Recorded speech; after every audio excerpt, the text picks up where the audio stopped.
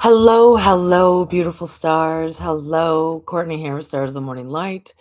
This is Edgar Cayce Life Skill Studies, where we either go through his bio more in depth and or go through one of his books. Right now, we are in the Edgar Cayce Secrets of the Universe and How to Use Them. We are fixing to finish up with this pretty soon. So I believe everybody in the poll that was months ago wanted to start going into his book about reincarnation. So we will be doing that definitely by the end of June. Because today we actually are going to cover 3 chapters. They are so short, not much is said, and so I'll try to fill in some of the blanks. Friday night, Lucky Stone 888 and I will be together for Esoteric Tea, of course. That most likely will be a pre-recording. We are going to be discussing the June Akashic message. Lucky was very enthusiastic about what was in there and discussing it, so I'm game. That will air Friday night at 8 p.m. Join in the chat. It's a lot of fun. So I hope everybody's doing well, and I don't expect anybody to really be in the chat today. A lot of people have not seen me in a while. I appreciate you being around. Oh, Lori popped in. Good to see you, Lori. I do try to say hello to those who come in the chat, depending if I'm, discussing a lot of things. So good to see you, Lori. Um, with Edgar Cayce, I am thinking about reviewing the 2024 Akashic yearly message that I put out, of course, in January sometime. Going back to that and seeing where we're at with things, and I might base it off of also some of Edgar Cayce's 2024 predictions that are out there and see where we're at because we're 6 months in to the year. Can you believe it? 6 months in. We got 6 more months left of 2024. What a interesting turn of events that it might be for some.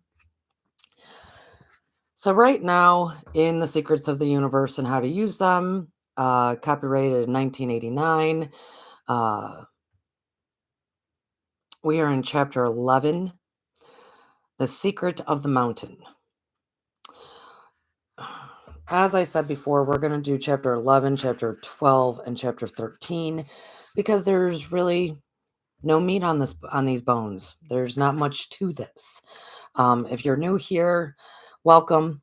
I'm Courtney, host of Stars of the Morning Light, where we talk esoteric things and the Akashic mainly. So, chapter 11 is Secret of the Mountain. There's not much in this. Then chapter 12 is something like Grandma's Secret, which is just her telling a story. Then chapter 13 is just a paragraph about destiny. So I'm going to do my best to try to fill in the blanks here. There is, though, one little bit that I'll read because it's a cute little story. At the beginning of chapter 11, I decided a while back that I'm not going to read the entire chapters because, well, the writing's not, it's better to explain than to try to just read. But I am going to read the beginning, the first page or so of chapter 11. There is a mountain of difference between faith and belief, which lies between us and progress. A man climbed a steep mountain, which was treacherous and fraught with death-defying dangers. He reached the pinnacle, only to realize there was no place left to go. If he tried to climb back down, he faced the same dangers he met on the way up. If he didn't want to go back, he wanted to go forward. Yet stretched between him and the next mountain was a vast span of nothingness, the chasm impossible to cross. So imagine a man's climbing dangerous, rigorous, climbing, climbing. He hits the top of the mountain and he's thinking there's going to be more, or even maybe a lovely plateau to like hang out on. No, it's just the peak.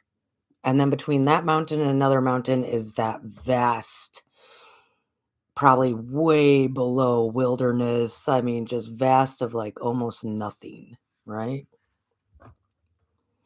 But he wants to get to the other side. He wants to get to that other mountain because why put so much work in? While pondering his dilemma, he realized another fellow was standing alongside him, holding a wheelbarrow. The fellow pulled out of his pocket a ball of wire. He attached a large weight hook to the end of the wire and flung it across the chasm. The hook clung to the mountainside. The fellow then walked the wire to the other side, pushing the wheelbarrow ahead of him.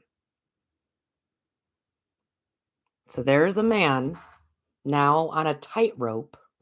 So he gets the first man gets up the mountain and he's like, "Oh my goodness, what am I going to do? I'm not going to be able to get to the other side, the other mountain because I don't have the equipment. I don't have this. I don't know what to do. Oh my goodness." And now there's this other man there, this fellow who had had a wheelbarrow with him. Interesting. Had a wheelbarrow. It'll come up. Took a big ball of wire, put a hook on it, and somehow flung it to the other mountain. It hooked in, and now he is tight roping, walking this rope, rolling the wheelbarrow on this line to the other mountain. We've seen this before. It can be done. It can be done. The man watched, astonished, as pretty soon the fellow came back, still pushing the wheelbarrow ahead of him. The fellow said to the man, "You can do that, you know." "But I have no wire, no wheelbarrow, no hook," the man said, trembling with doubt. "You can use mine," said the fellow. I would have wanted to take yours," said the man, trying to sound brave, but feeling quite desperate. So he's saying, like, "I wouldn't want to take yours." Then the fellow asked, "What is it that you want to happen?"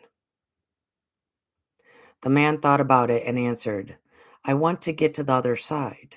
The fellow said, "I happen to be going that way. Get in. I'll carry you." "Oh, no, no. I wouldn't want to put you to that trouble," the man said, feeling his heart would burst from fear. "You don't believe I can carry you across?" the fellow asked. "Oh, sure, sure," the man said. "I just saw you cross the ravine without effort.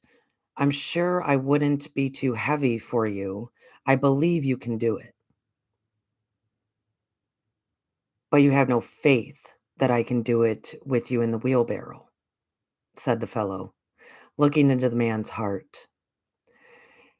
Here's here's the why it shakes down," said the fellow.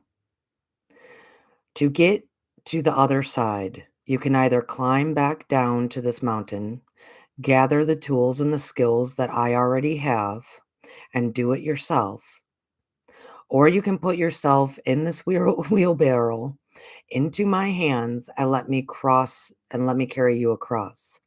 Now, what will it be? It's your decision." So it's a cute story, kind of like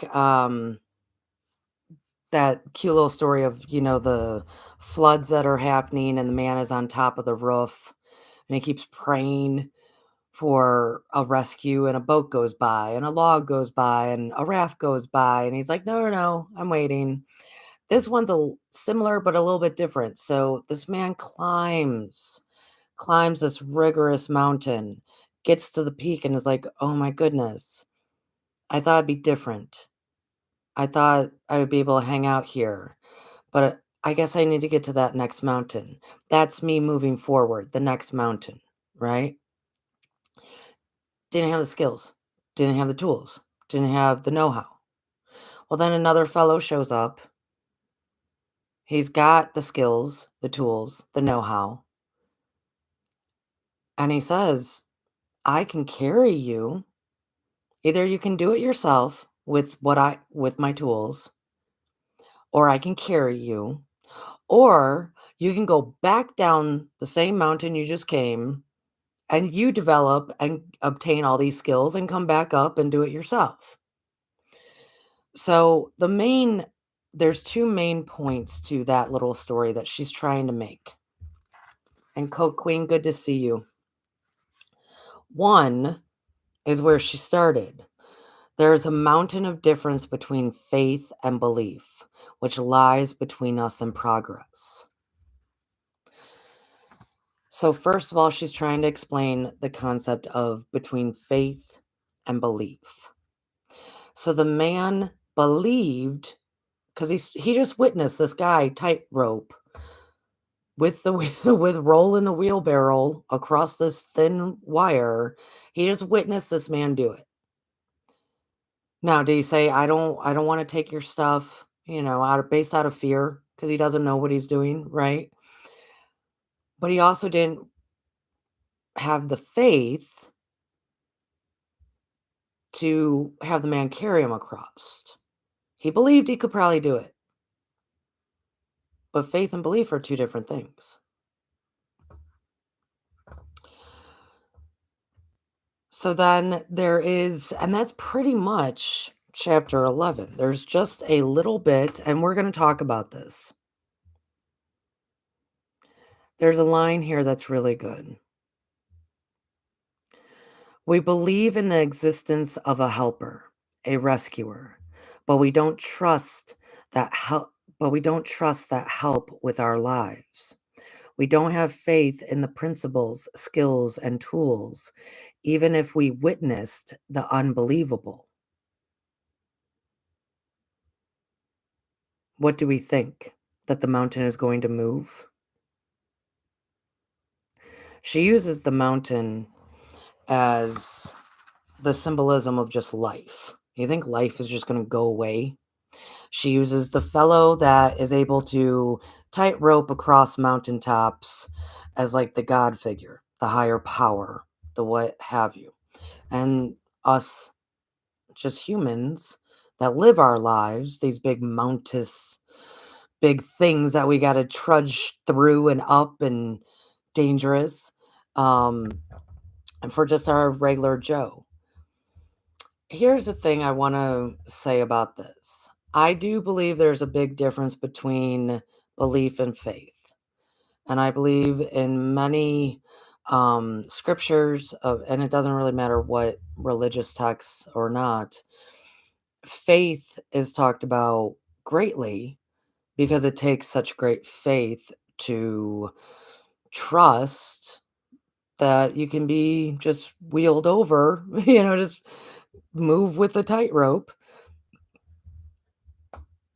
What I do know though is I don't necessarily like the image of the mountain. The reason why, and I will say this, um, we hear that a lot. We hear, this is my mountain to climb, or I'm almost up the mountain. I guess I'm soon to be over the hill. Like we have all these expressions, all these cliches that in many may possibly like religious contexts, they make sense. So you can lean on and accept the help of a higher power. But I do have to say, I learned I wanna say it was 2016, many what I thought mountains I had to overcome, or the faith that I had at the time would teach me that if I had enough faith, more than a mustard seed, that God would just move mountains for me, just move them, right? That was the faith that I had at the time. So I kept trying to understand, okay, I seem to have like this huge ass mountain, you know. I think I have the faith. I think I have it. I'm pretty positive I have this faith. Why is this mountain here? Like I was really struggling. And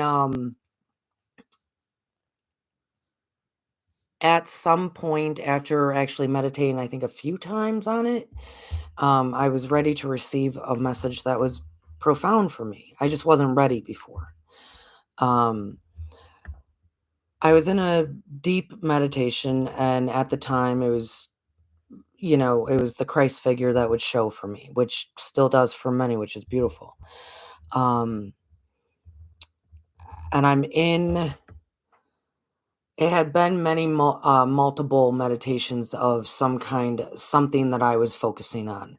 And it would start like I'm in a garden, and then the Christ figure would show, and it would be like a field in front of me and a mountain in the distance. And through all these meditations, I was like, oh my goodness, that's the mountain I have to get to. And then I have to climb that mountain. I have to do all this stuff. Like I felt so overwhelmed at that time in my life, and disappointed and distraught, and it was difficult.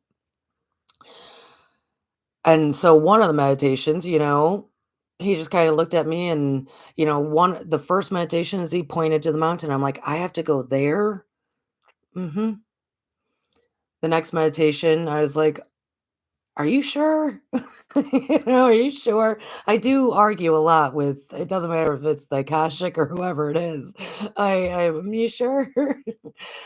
Then I had a meditation that I was like ready. Like, okay, I'll start making the hike towards the mountain. And like, I was handed boots, like hiking boots, like, make the hike. You're ready. Go for it. So then in another meditation, I'm kind of still in the field, and I got my boots on. I'm almost there. I'm staring at this huge ass mountain, huge. And the Christ figure came, and I said, man, you know my life. I don't know if I can do this. I don't know if I can take on such a mountain. Like, I just, I mean, we all know it's been life, right? Well, then the Christ figure turned to me and said, do you believe? I said, yeah, of course I do. And then he said, do you believe in yourself? And I said, yeah, I do. I mean, now I do. You've been working with me enough. Now I do, right? And then they said, do you have faith? And I turned to them and I said, faith to move mountains? I don't know because I've never seen it done. And this Christ figure said, to move mountains? No. Do you have faith?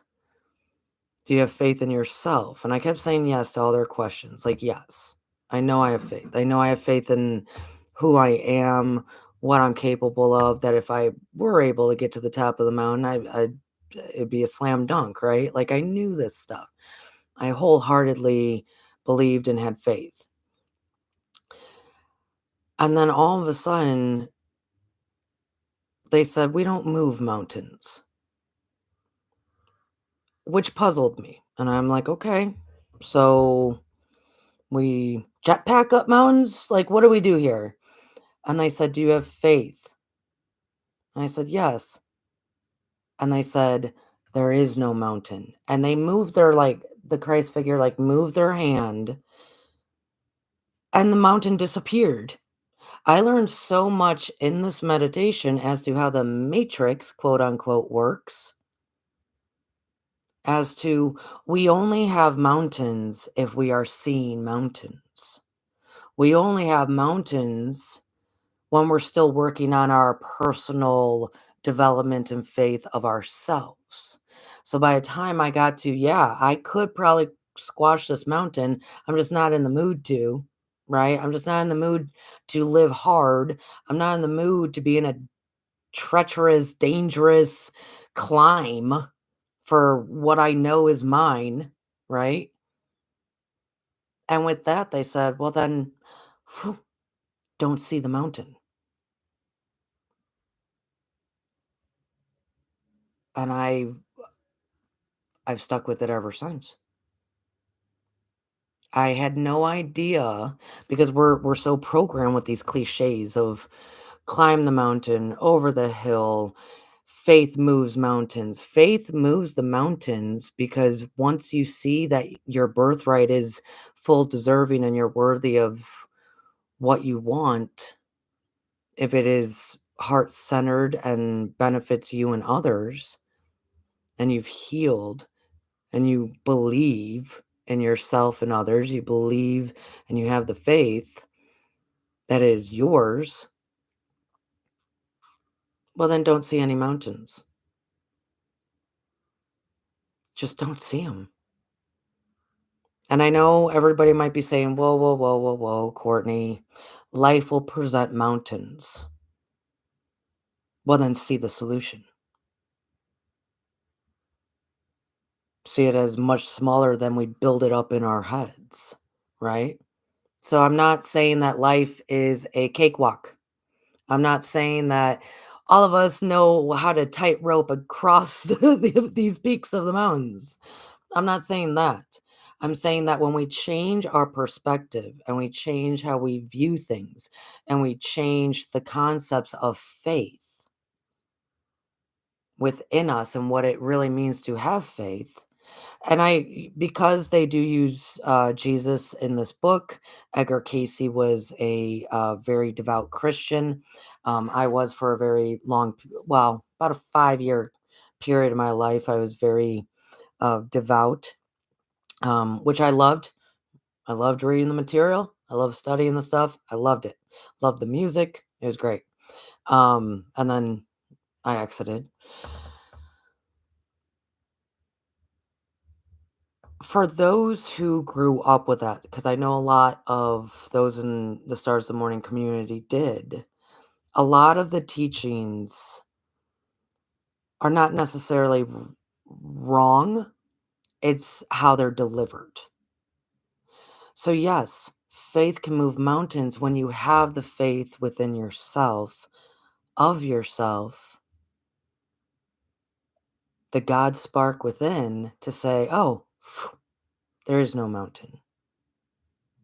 And then that's why we go into other scriptures like the Dead Sea Scrolls or the Nag Hammadi scriptures to understand that this is actually what the Christ figure was trying to say. Even if you look to the scriptures of in the Bible that says, like the walking on water with Peter. Was it Peter? Yeah. One of the stories when Christ is on the water and, he's reaching out to Peter in the boat and he's like, you can do it too. You can do it too. You can do it too. This is what the fellow with the wheelbarrow walking the tightrope in the little story we just said told the man first. You can do it too. And so, same as walking on water, you can do it too. Of course, Peter at first is like, yeah, I can. Yeah, I can. And the moment he goes to reach his hand towards Christ, doubt kicks in and he falls in the water. And that's when Christ says, my goodness, you don't even have faith of a mustard seed. When you read other scriptures, that has actually nothing to do with faith in Christ. It had to do with the original questions or the original statements that he's saying of you can do it too. Do you believe you can do it, Peter? Do you believe you can do it? Most of it gets very tied up into proc you know, not delivering the messages in the most clear, concise, proper, healthy way for us humans to understand them. And so, if anything, I'm trying to, because I brought up the mountain aspect in chapter 11, I'm trying to open a little bit, expand ourselves a little bit, and realize that it's based on the faith that we have on our for ourselves. If we believe and have faith of what we deserve, of our birthright, of our mastery presence, of our goodwill towards self and man, towards our compassion, towards all this stuff, if we have true faith within ourselves and our God spark within, well, then there is no mountain. That is how they are actually, quote unquote, moved. So I just want to. They brought up the mountain thing, and they're about to go into, because the next chapter, the the next chapter, chapter 12. Um, and I do want to say that, folks, the one thing in the world, and Lori just said it kind of in the chat, she said he lost faith. The one thing in the world that is the most damaging to humans, for me personally, this is my opinion, the one thing that is most damaging to humans is the spirit of doubt. Everybody refers to spirits as spirit as a good positive thing, but there's also spirits that clearly intertwine with us, get within our consciousness, spread throughout the land. We see it all the time. The spirit of doubt, some refer to that as the devil. The spirit of doubt is the most treacherous thing towards humans, in my opinion, because that's what happens. We could be in the moment of pure faith and deserving and mastery presence of ourselves and be enlightened and wonderful and prosperous and all these great glorious manifestations that we're creating. And the moment doubt enters, the moment doubt enters, it's as if that just washes all away.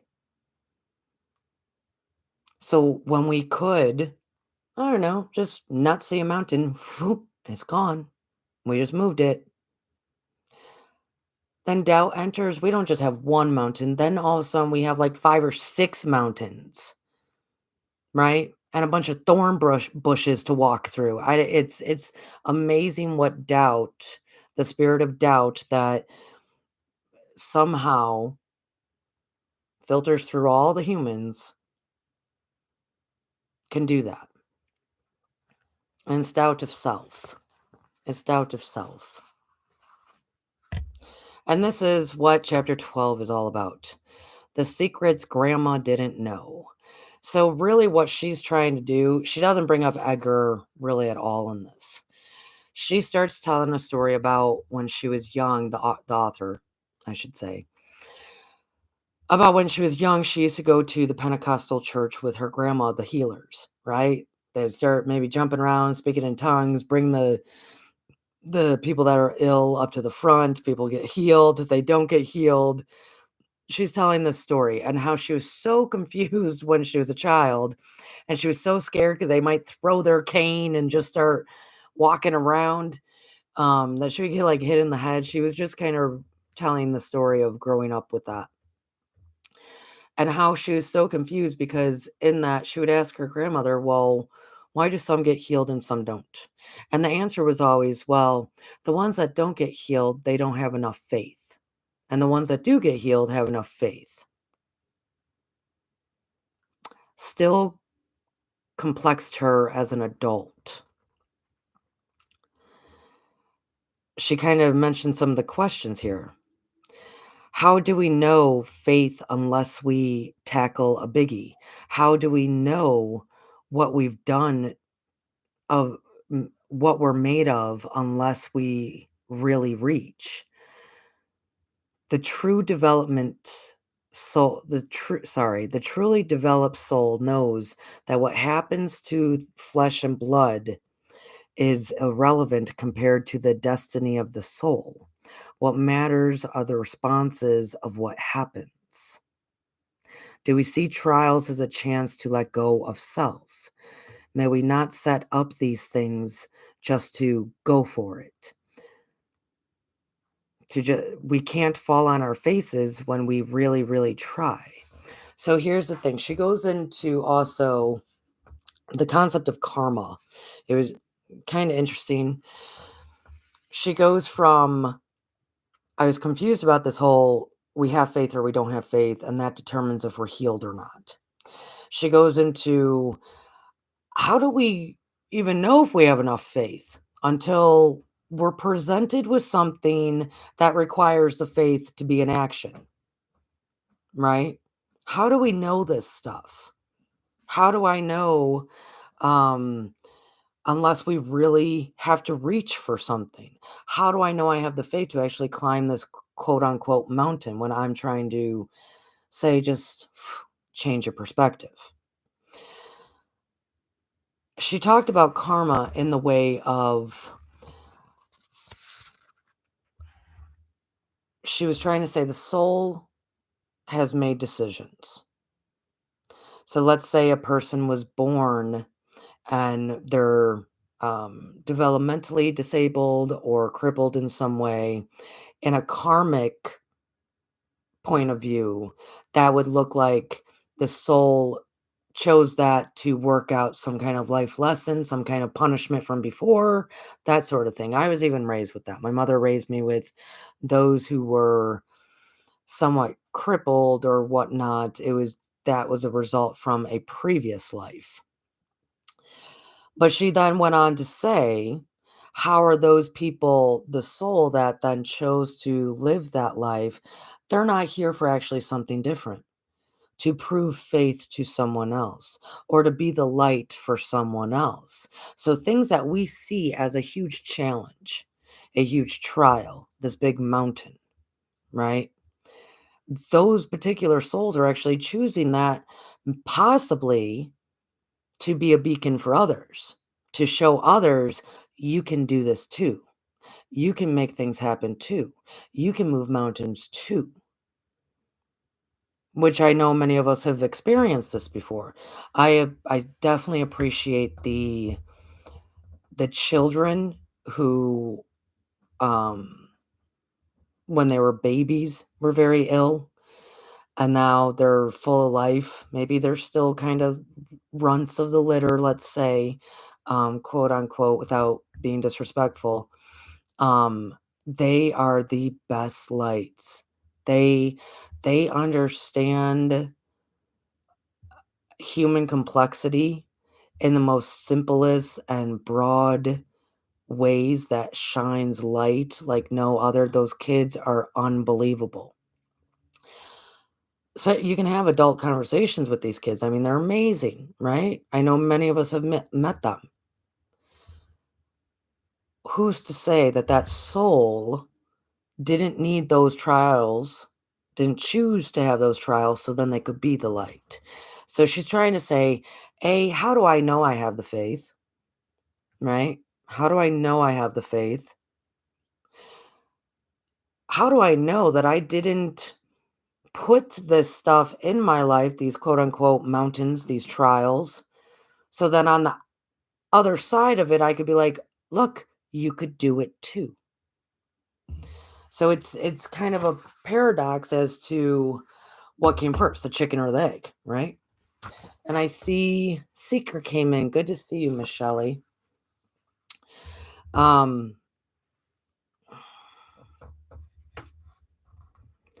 I guess Edgar did a reading once for a woman who her mind, he said, was attuned, but her physical condition was the issue. So I'm going to read just a bit of that. Cayce gave a reading for a woman whose mind, he said, was attuned. Her soul was in, and this is in quotations, at colon or slash 1 mint. So that's what he meant by attuned. At 1 mint. Her soul was at 1 mint, but her physical condition was a stumbling block. He said she could, like the sun, turn stumbling stones into stepping stones. And then I'll read the next paragraph. She brings up her grandma.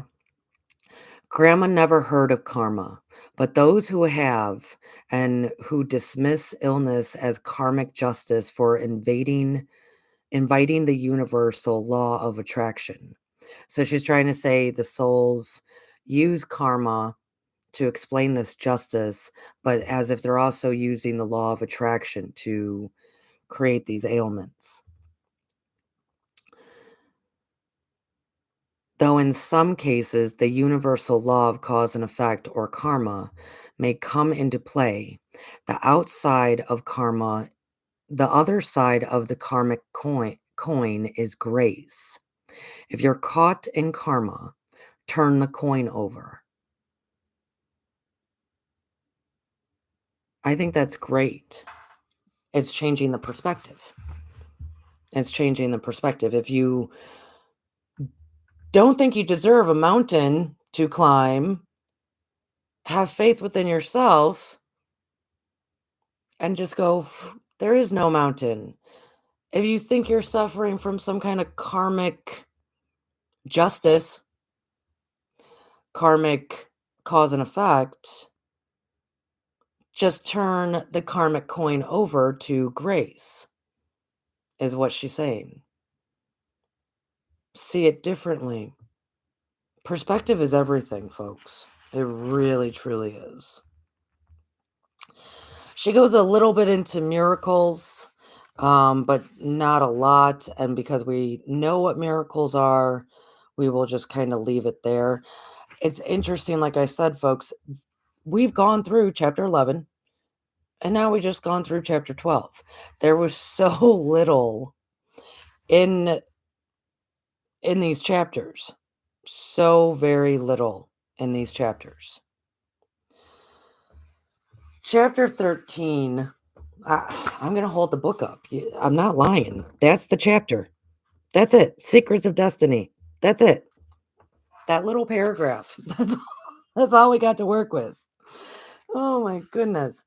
And I might leave this and the end of this program with a little bit of intro into when I finally get to the 6-month review, which will be happening in June sometime.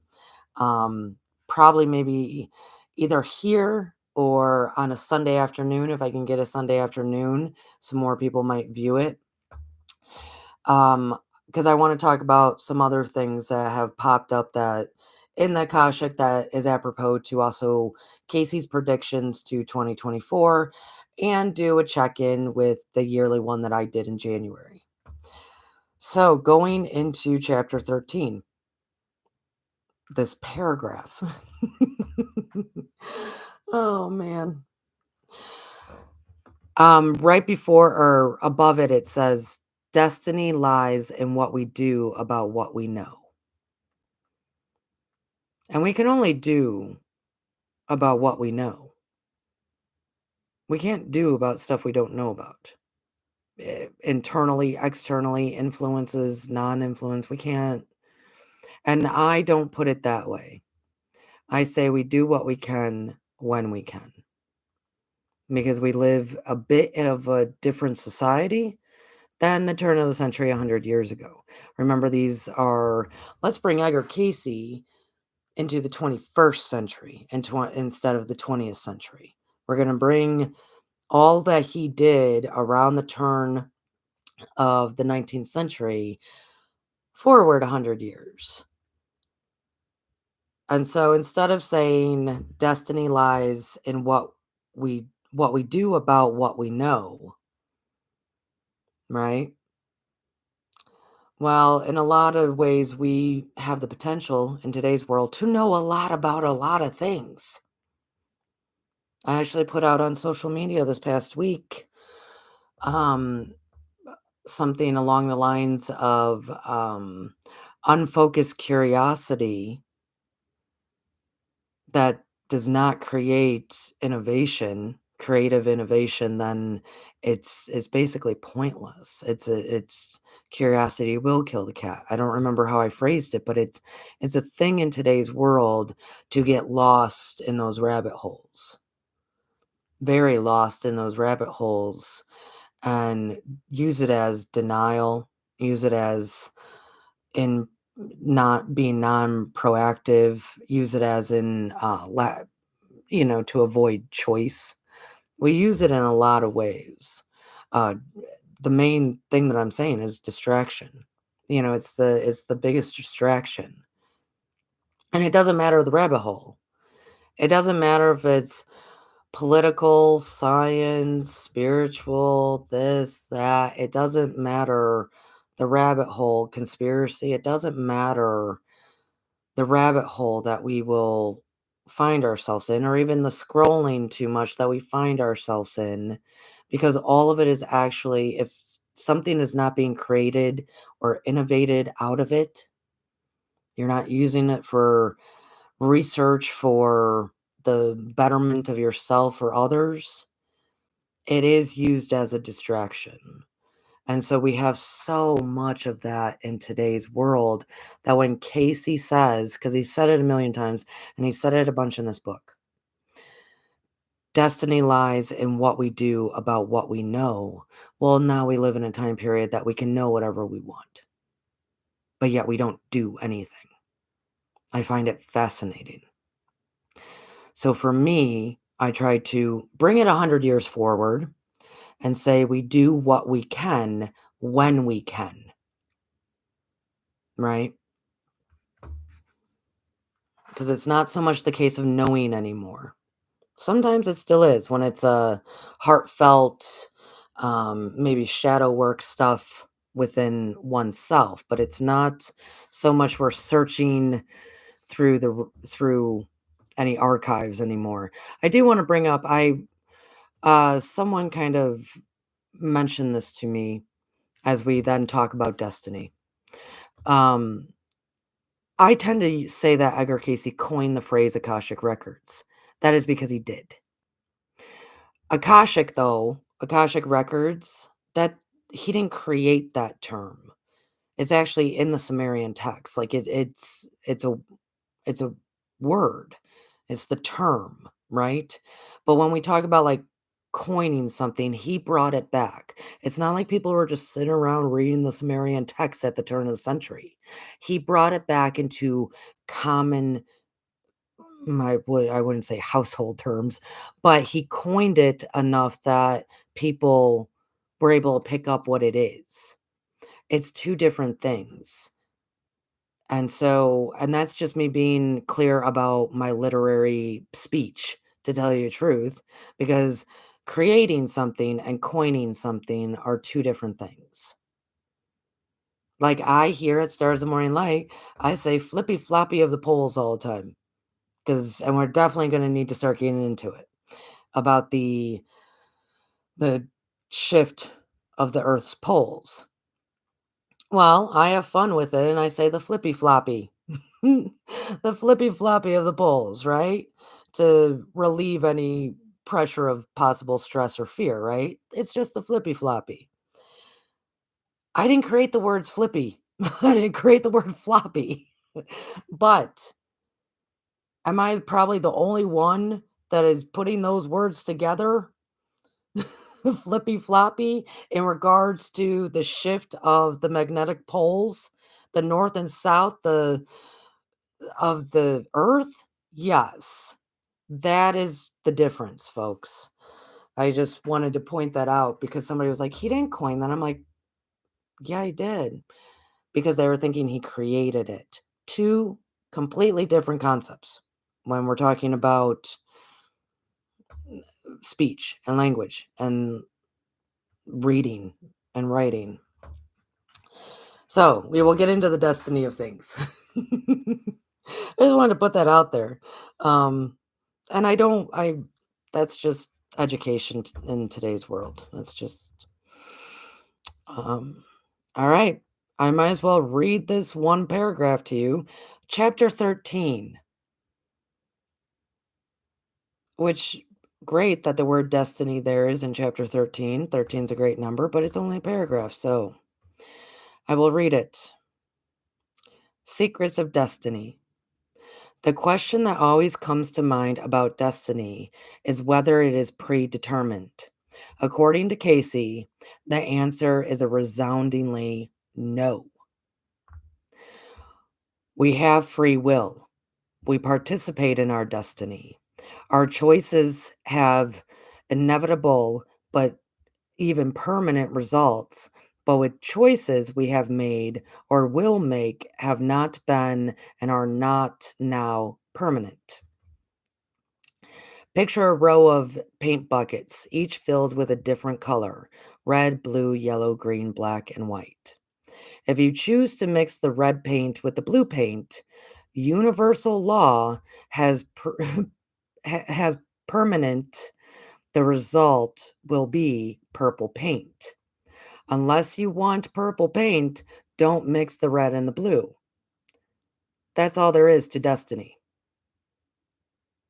That's all she wrote, folks. That's all she wrote in that chapter. So I will expound on it because I don't even like using the word destiny. I don't like it. Of course, you've heard me use it. I use it occasionally because it's just easy to get a point across, right? For me, I don't think there is such a thing as destiny.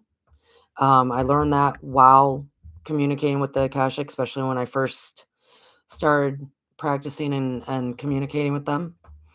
Um, that there is no such thing. So I always, even when I was a child, I shouldn't say a child, a teenager, I had this concept in my head that I wanted to write all of my goals in sand because I did not want to beat myself up if I did not achieve all those goals, right? And I knew life might change things. There might be this, there might be that. So even as a young adult, I was like, I'm going to write all of my goals in sand because who knows, maybe I'll even change my mind and just the ocean can take them away, right? I didn't want to make anything permanent. I'm not saying that that is how we should live life. Some things we should make permanent, right?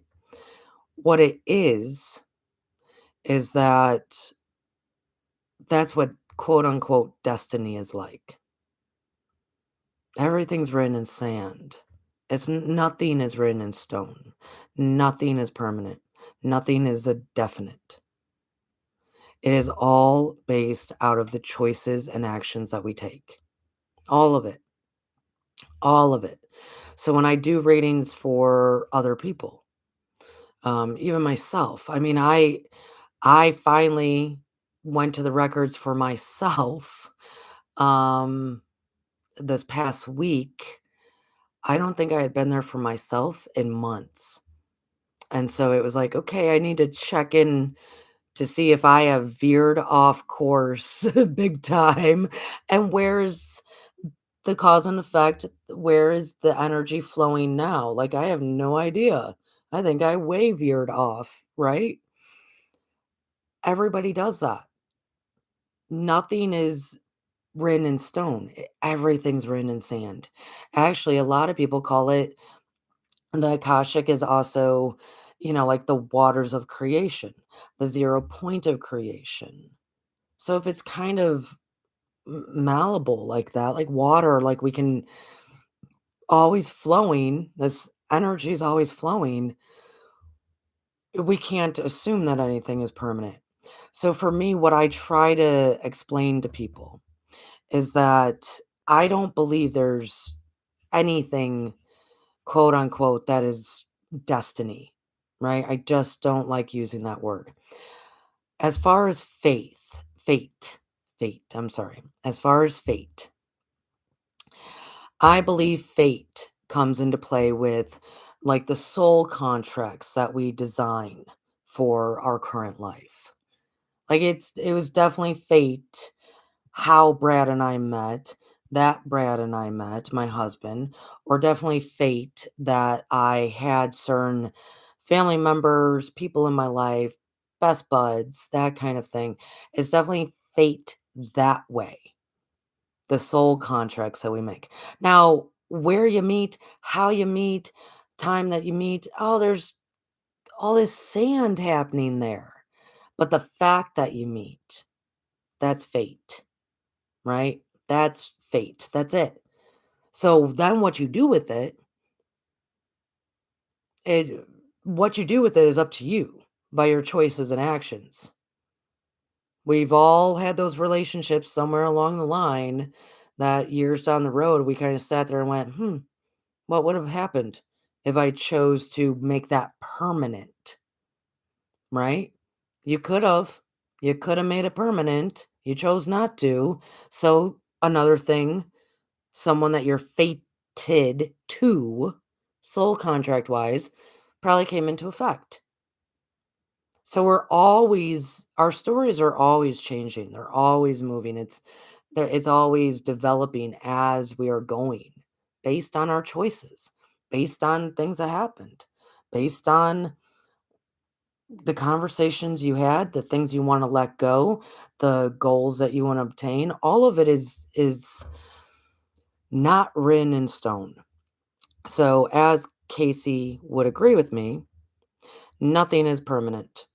Nothing's written in stone. Everything's based off our choices and actions. Um, so fate or fated soul contracts is the only thing that I would maybe put into somewhat of a destiny concept, but it's not. It's actually fate. It's not destiny at all. It's fate. Two different things, right? Two different things. Um, So I wanted to make that clear because that's basically all she wrote in that paragraph was to say no. And if you don't want to paint with purple, then don't mix the red and the blue. Like make choices. And see, this is why Casey would have to go back to his line of we we do what we know about. Cuz maybe back in the day, using her paint example, back in the day, this is just an example. What if you didn't know that red and blue made purple paint? And then you went and mixed it and went, well, shoot, I guess this is what I gotta use now. That's why what he said back then worked so well. You kind of basically work with what you got and make choices based out of that. But then in today's world, we can Google what red and blue will do. We can talk to other people because they're not 20 acres away. We can do we can make different decisions and choices opposed to back then. I also want to bring up the fact that he did say we have free will.